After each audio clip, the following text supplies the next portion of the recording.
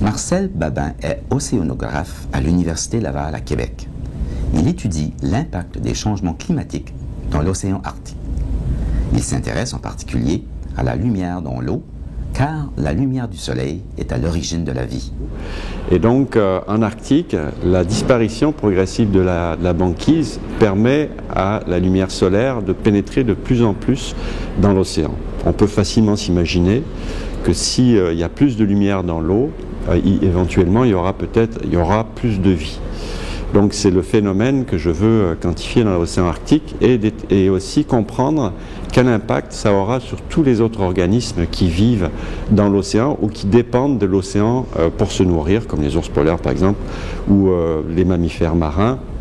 Pour comprendre l'étendue de cet aspect sur un écosystème, Marcel Babin part en bateau avec ses instruments et réalise des mesures de la lumière dans l'eau. Il récolte des organismes qu'il fait pousser dans son laboratoire et qu'il observe sous le microscope.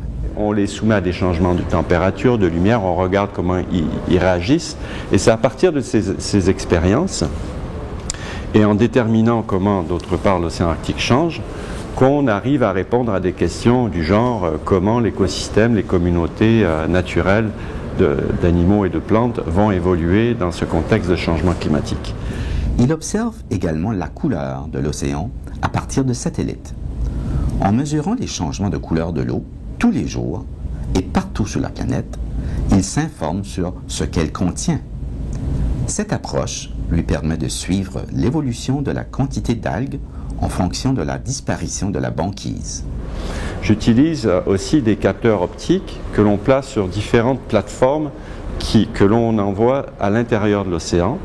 Et ces plateformes sont diverses. Il peut s'agir de flotteurs qui montent et qui descendent dans l'eau et qu'on laisse aller pendant 3 ans et qui nous envoient des données régulièrement sur l'intérieur de l'océan. Il peut s'agir de planeurs sous-marins. Ce sont vraiment des planeurs qu'on envoie sous l'eau et qui peuvent traverser l'Atlantique en 1 mois et qui transportent des capteurs qui nous fournissent des données entre 0 et 2000 mètres de profondeur, qui transmettent ces données à chaque fois qu'ils émergent à la surface. Donc toute cette armada d'autres plateformes nous permet de compléter les jeux de données que l'on récolte à l'aide des satellites.